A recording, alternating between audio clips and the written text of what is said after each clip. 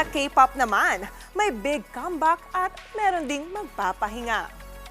Gaya ng grupong Tomorrow by Together na maglo-long-term break. Sabi ng management ng Big Hit Music sa 39th Golden Disc Awards, this January 5 ang kanilang last activity for now.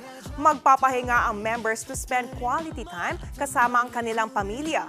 Kung kailan sila babalik, yan ang abangan natin. Ito naman ang nagbabalik, ang G-Friend.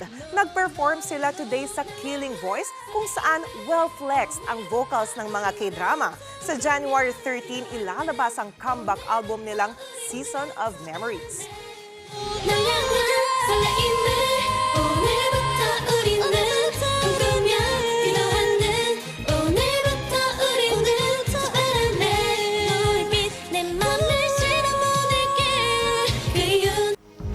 Kapatid, Jania Lipon po, laging maging updated sa latest sa entertainment and lifestyle para maging una sa balitaan. Bisitahin at mag-subscribe na sa social media pages ng News 5.